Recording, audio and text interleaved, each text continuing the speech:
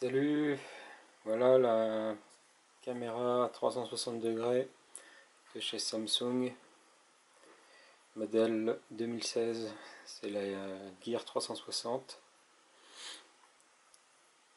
Elle fait 150 grammes, la taille d'une sphère, avec deux objectifs 180 degrés. Elle a un symbole NFC, apparemment on peut installer l'application ou la piloter via un truc NFC. Je n'ai pas réussi. Elle a un slot étanche dans lequel on voit la batterie, la carte micro SD non inclus, et puis un port de rechargement micro USB.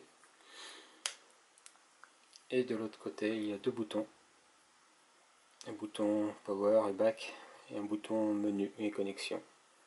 Sur le dessus, il y a un dernier bouton pour déclencher. Elle est fournie avec un petit sac de rangement, un petit trépied avec le pas de vis quart de pouce classique,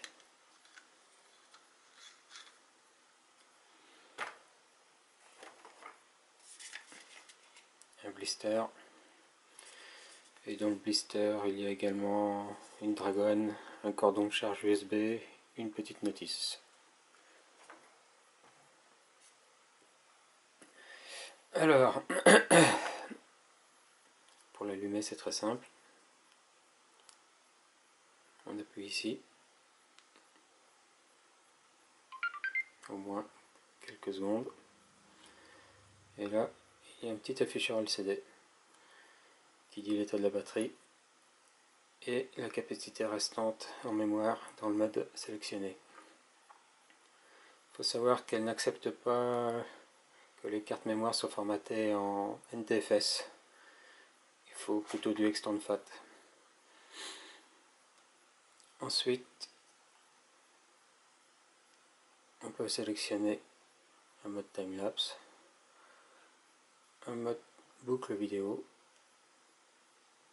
rentrer dans les réglages, hop, on valide, on peut changer d'objectif, changer la taille de vidéo, changer la taille de la photo,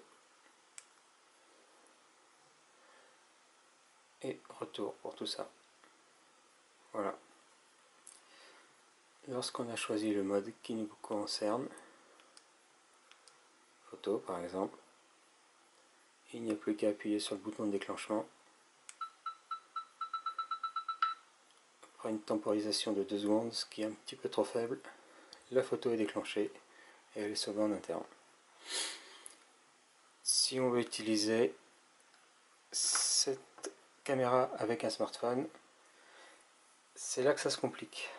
Surtout si vous n'avez pas de Samsung Galaxy S6, S7 ou S8, c'est-à-dire les modèles les plus chers de Samsung. Il y a quand même deux solutions. Soit vous avez un smartphone Android à pas cher, bon là, un petit Samsung. Dans ce cas, il faut aller sur le lien que je vais vous fournir sur X2 Développeur et vous pouvez installer une application qui a été bricolée pour la rendre à peu près compatible avec tout appareil Android. Dans ce cas, comment on fait? On installe l'application. Après l'installation de l'application, on va certainement vous demander d'installer une autre application qui s'appelle Samsung Connect. Vous acceptez, puisque c'est ce qui permet apparemment de parler aux appareils Samsung. Ensuite, il va falloir rentrer dans le mode de communication. Donc on fait un appui long sur menu. Voilà. Et ça affiche Gear 360 Manager. On valide avec le bouton du haut. Là, ça met un code de jumelage.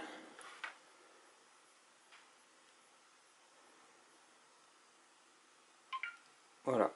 Et ça y est. On est connecté. Bien sûr, la première fois, il vous demande de valider le jumelage.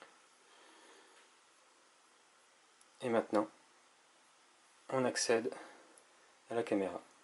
Bon, si votre appareil est pas très rapide, forcément, ça sera pas très rapide, et c'est possible que l'écran reste noir en fond. Mais le principal est là, vous avez accès à tous les paramètres. Un seul objectif, deux objectifs. Si vous voulez plutôt prendre des photos ou prendre des vidéos. Et puis, si vous voulez plutôt me prendre en haute résolution, si vous voulez changer le mode raté, on recommence.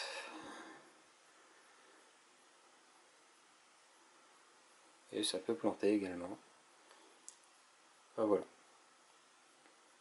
Là, je prends une photo.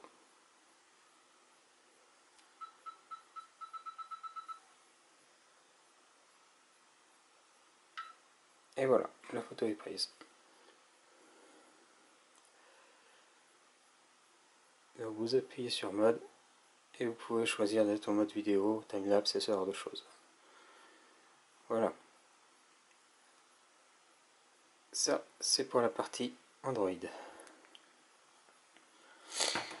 Si on choisit la partie iPhone, donc je l'éteins pour le moment.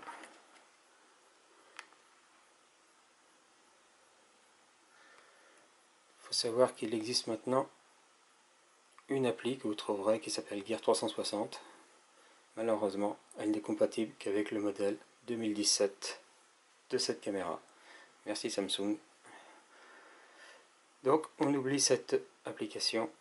Il va falloir installer Street View, l'appli classique de Google. Mais avant ça, vous allez dans le Wi-Fi et sur la caméra, vous l'allumez.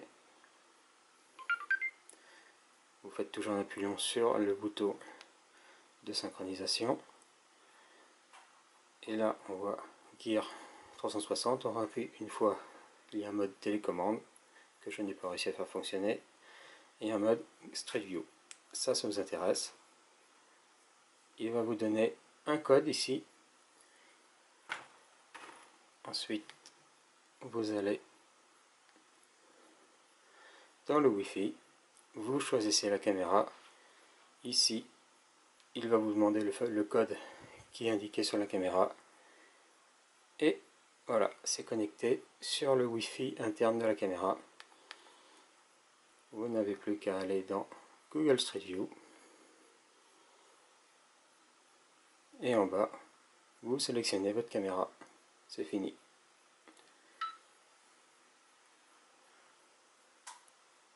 Voilà. Je viens de prendre une photo. Le souci, c'est que les photos dans Street View sont de moins bonne résolution que lorsqu'on utilise soit le bouton sur la caméra, soit un téléphone Android. En effet, elles sont de moitié de résolution. Mais au moins, ça marche. L'autre souci également, c'est que les photos, il va vous demander de les mettre sur Google Street View, ce qui n'est pas forcément très intéressant si c'est des photos privées. Donc du coup, il faut sélectionner les photos une par une. Et vous voyez, il y a un petit bouton ici, partager en privé, qui vous permet de les enregistrer dans les librairies, de les envoyer par mail, Twitter ou tout ce que vous voulez d'autre. Mais elles ne seront pas de la bonne résolution. La résolution classique, c'est de 3700 par 1800 à peu près, ce qui fait 30 mégapixels. Par cette autre solution, elles seront à peu près de 1800 par 900 pixels, ce qui fait 15 mégapixels. Ça marche peut-être, mais en tout cas, moi j'ai pas réussi à les obtenir en full résolution. Dernière chose, avec Google Street View, on vous permet de directement les visualiser dans un casque de réalité virtuelle. C'est vraiment bluffant. La qualité est plutôt pas mal. Donc ça coûte dans les 10 € maintenant, ça coûte vraiment pas cher. Et puis pour finir, on voit que le trépied fourni, c'est gentillet, mais si vous voulez faire des belles photos, des belles vidéos, je vous conseille plutôt la fameuse perche à selfie avec la prise. Et voilà. La solution que moi j'utilise, c'est je combine un trépied plus la perche à selfie. C'est à la fois léger, pratique, et ça permet de prendre des photos à hauteur d'homme. Mais c'est vous qui voyez. Allez, ciao!